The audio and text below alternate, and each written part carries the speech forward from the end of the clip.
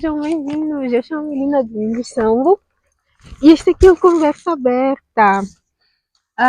Bom, aqui basicamente eu ligo a câmera e fico a falar de um tópico à minha escolha.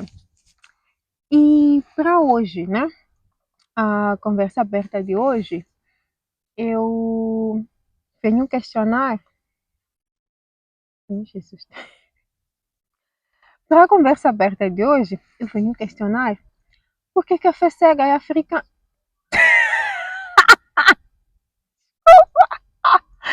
Eu venho questionar. Meu Deus. Para hoje, eu venho questionar por que a fé. Gente, tá difícil, peraí. Para hoje, eu venho questionar por que a fé africana é cega. Ai, não dava sair. Por que a fé africana é cega? E, bom, eu tenho aqui o roteiro, né? Que eu gravei, que é uma coisa que eu escrevi já faz algum tempo. Todas as conversas abertas que eu escrevi com algum tempo de antecedência tem roteiro. Então, vamos lá, deixa eu localizar aqui.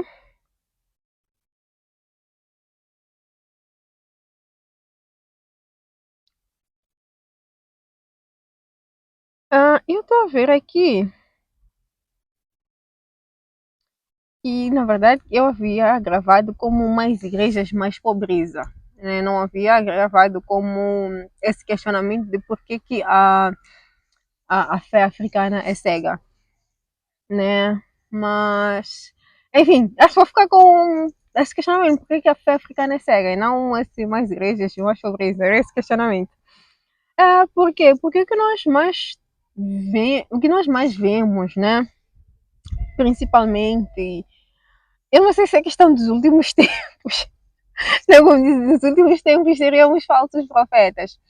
Primeiro eu quero dizer assim, eu não tenho nada contra a fé de ninguém, né? Cada um é livre de acreditar naquilo que quer acreditar. Cada um é livre de acreditar naquilo que faz bem à sua alma, né? Logicamente que cada um vai ter a sua crença de acordo com aquilo que é a sua experiência de vida, de acordo com aquilo que é o seu background, de acordo com a sociedade onde a pessoa está instalada, aquilo que é seu histórico de vida. Né? Então, a ideia não é questionar a existência de cada um, ou questionar de onde cada um vem, ou o que leva cada um a acreditar naquilo que acredita. Né? Porque às vezes seria um desrespeito da minha parte, a intenção não é essa. Mas nós temos que questionar por que nós temos tantos falsos profetas em África. E por que esses falsos profetas arrastam tanta multidão? Entende? Até que ponto nós temos pessoas a fazerem dinheiro, a se aproveitarem do desespero de outras pessoas e a usarem o nome de Deus para isso? E que fragilidade é essa que essas outras pessoas têm até o ponto de caírem em tantas promessas, que em algum momento são promessas falsas?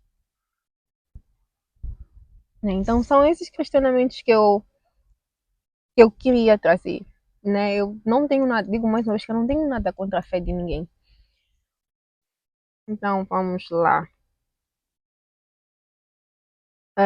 E eu trago aqui como primeiro exemplo um caso que aconteceu no Quênia, já faz alguns anos, em que um pastor disse para as pessoas ficarem 40 dias e 40 noites sem comer, né? Seguindo a questão do jejum de Jesus, em que ele ficou no deserto 40 dias e 40 noites sem comer. E as pessoas seguiram isso, ficaram lá 40 dias e não sei se completaram os 40 dias, mas a verdade é que houve muitas mortes. Muitas pessoas morreram. E por que em nenhum momento ninguém se questionou, mas o que eles estavam a dizer por ficar 40 dias sem comer? Por isso que eu digo, por que a fé africana é cega? Porque quando o pastor diz alguma coisa, ninguém questiona. Aquilo que o pastor diz que é para a pessoa fazer, a pessoa ela faz. Não importa quão ilógico ou irracional isso seja. E eu digo isso até com com certa tristeza, porque nós somos muitos que já perdemos familiares que tinham HIV. E o pastor disse assim: se você tem fé, você vai parar de tomar os medicamentos de tratamento de HIV e você vai se curar.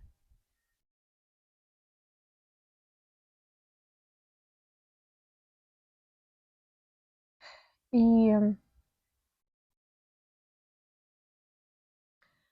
e o pastor te diz isso e a pessoa segue. E você, às vezes, como familiar, vai falar com a pessoa que isso não é lógico, não faz o menor sentido, e a pessoa ela prefere ouvir o pastor a ouvir a ti. E nós somos muitos que enterramos familiares porque o pastor disse: não, se você tem fé, abandona o tarde, a tua fé vai te curar. E depois, se eu for questionar ao pastor, ele vai dizer o quê? Que o meu familiar não teve fé suficiente. É isso que o pastor vai me dizer? Ah, não, ele não teve fé suficiente. Porque acaba sendo um negócio ideal. Se você não conseguiu, é porque você não teve fé. E a pergunta é, por que, que as pessoas estão a usar o nome de Deus para manipular as outras? E que nível de desespero é esse em que as outras pessoas estão para serem manipuladas desse jeito? E o outro questionamento que surge, da mesma forma que eu perguntei, quando eu falei sobre apostas de jogos e vendas de bebidas, né, alcoólicas que, né, de elevado teor alcoólico que eram muito baratas, e eu disse que às vezes quem deveria nos proteger não intervém. O mesmo acontece com as igrejas. Aqueles que deveriam nos proteger, quando nós não somos capazes de fazer boas escolhas para nós mesmos, simplesmente estão aí quietos. Nós estamos numa situação em que se eu acordar de manhã e estou lá no meu quintal e quiser montar uma igreja, eu monto. Eu lembro, eu estou aqui ensinando aquilo e tem um sítio assim que eu passava no caminho e quando eu passasse por aí 18 horas, tinha, era um quintal assim aberto, né? E o moço, ele pôs uma lâmpada, né, assim na parede e tinham cadeiras lá.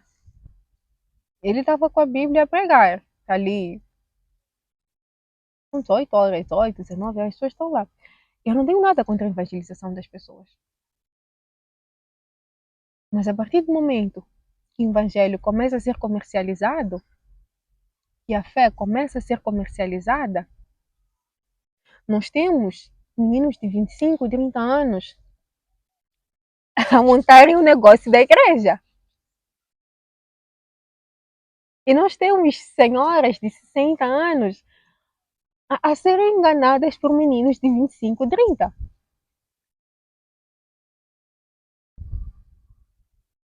E são muitos vídeos em que você vê a pessoa tá lá, ai, sai, não sei o que, põe a mão, faz isso, faz aquilo.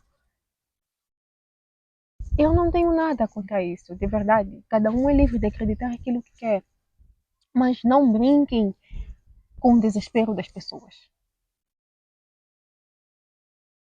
Não brinquem com o sofrimento das pessoas. Não usem o nome de Deus para brincar com a dor e o sofrimento dos outros. Eu não nego que em África nós temos problemas espirituais. Nós temos. Nós sabemos. Nós temos problemas espirituais. Isso nós não vamos negar.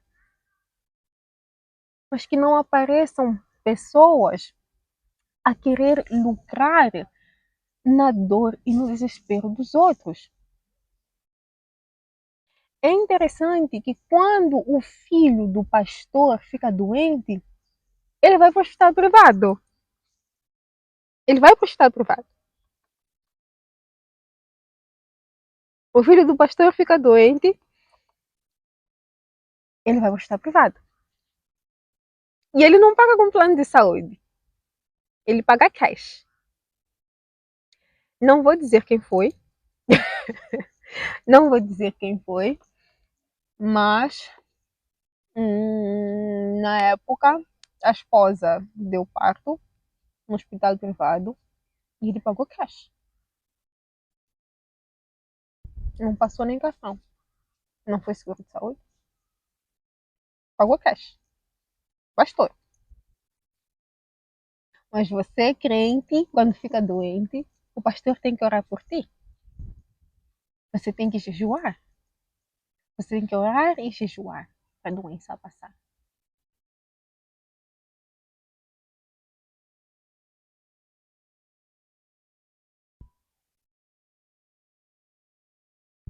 E eu pergunto, que magia é essa que faz uma pessoa sair de casa, ir deixar 20 mil meticais na igreja? Há pessoas que nunca conseguiram dar 20 mil meticais à mãe que lhe nasceu.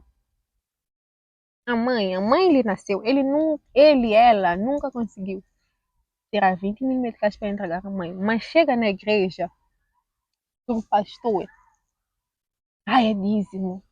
Ai, eu vim agradecer que tivemos já a situação, né, do assalto lá. Não vou citar o nome, logicamente. Situação do assalto na igreja. Né, foi notícia. Igrejas a movimentarem milhões. Igrejas que movimentam milhões. E os crentes que fazem esses milhões estão na miséria. E a gente pergunta, se o pastor é seguidor de Cristo, por que não vive como Cristo? Cristo só tinha duas túnicas. Ai, Jesus. Jesus só tinha duas túnicas. Um par de sandália. Né? Então, se você não, porque eu sou pastor, seguidor de Cristo, por que não vive como Cristo? Duas túnicas e um par de sandálias.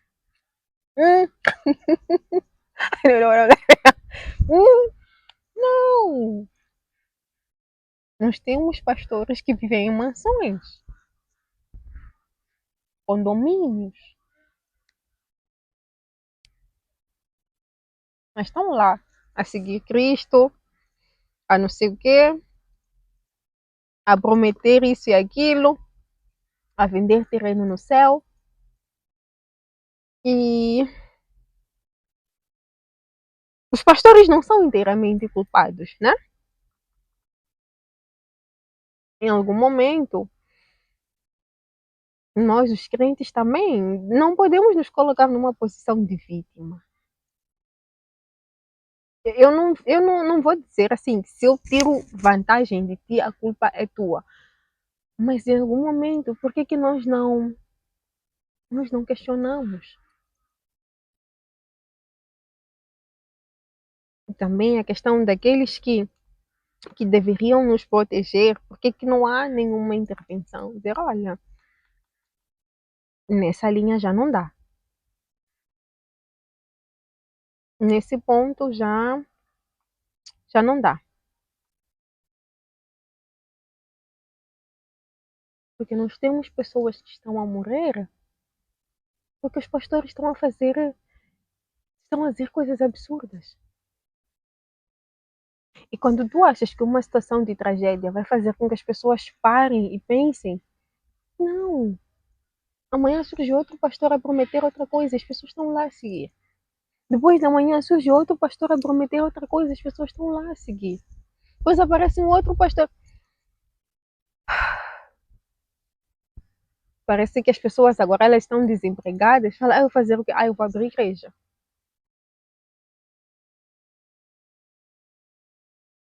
Não pode ser assim.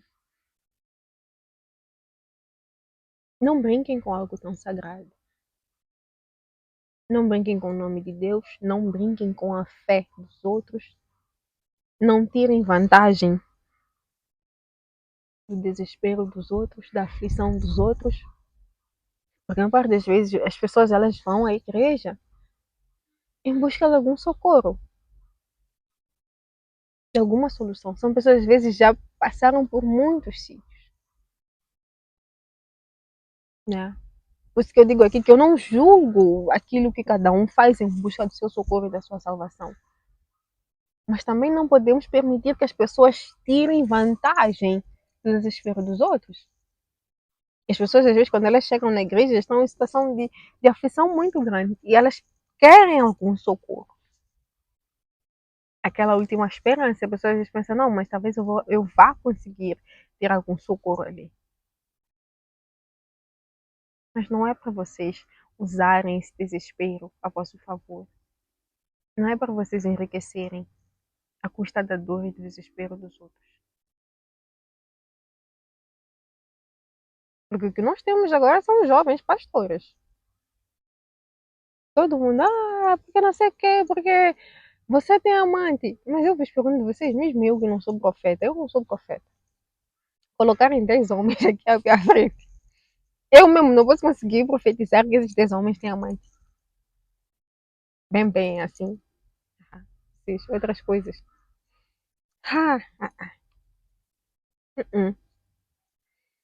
Então, muito cuidado. Eu estou a ver aqui, por acaso, no meu roteiro, né?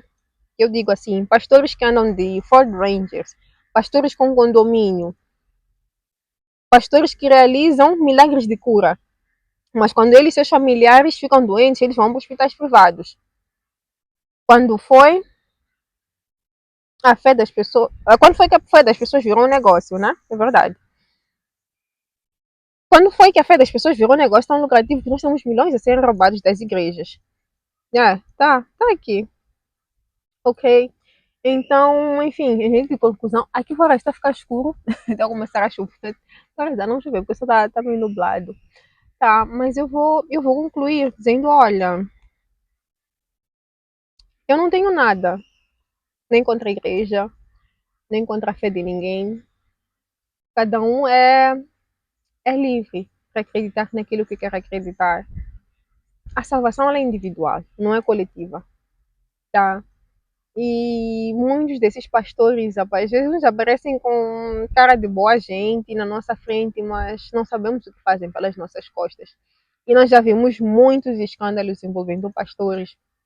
Teve um que eu já vi até de pastor que matou a mãe de que estava grávida, né? Então, muito cuidado com aquilo que vocês acreditam.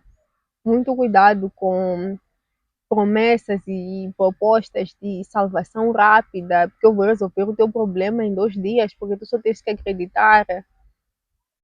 Vamos usar a nossa fé de forma inteligente. Vamos usar a nossa fé, não diria de forma lógica, porque a fé ela é inexplicável, né? Mas vamos usar de forma inteligente. Não é sobre aquilo que o pastor chega e diz que você pode ou não pode fazer. Porque eu repito, nós enterramos familiares que tinham HIV, que o pastor chegou lá e disse: se parar de tomar os comprimidos, a tua fé vai te curar. Essa parte é muito difícil, é muito dolorosa. Então, por isso que eu digo: usem a vossa fé de forma inteligente. Eu sei que nós, como africanos, temos muitos problemas espirituais, mas não permitam que pessoas ambiciosas, gananciosas, sem escrúpulos, sem consciência, usem o vosso desespero contra vocês. Não permitam, ok? Não permitam que as pessoas cheguem com soluções rápidas na vossa vida, tá? E eu não sei que tipo de aflição cada um está a passar. Eu realmente espero que encontrem solução. E às vezes tu encontras solução na igreja, sim, mas não é na igreja, não é em algum sítio que alguém esteja a tentar te explorar ou a tentar te,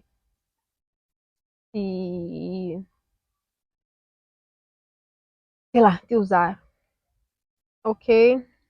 E tô a ver aqui, esqueci de falar de uma coisa, tá? Que era. Mas eu acho que talvez eu vou deixar para uma outra parte, em que eu falo. Eu acabei deixando assim porque que a Fé fica na cega. Mas eu realmente queria muito essa relação não religião e pobreza, mas igreja e pobreza. Mas acho que eu vou fazer uma outra parte. Não vou terminar aqui porque eu sinto que tem uma parte que eu queria falar e eu acabei não falando, né? Que às vezes as pessoas elas ficam 24 horas dentro da igreja, sendo que Deus disse que cada um vai ver o seu soro. E a pergunta é: a que horas tu vais trabalhar? Ok, mas eu vou deixar para uma outra parte, tá? E obrigada por terem sido até aqui. Eu espero que vocês tenham gostado do conteúdo.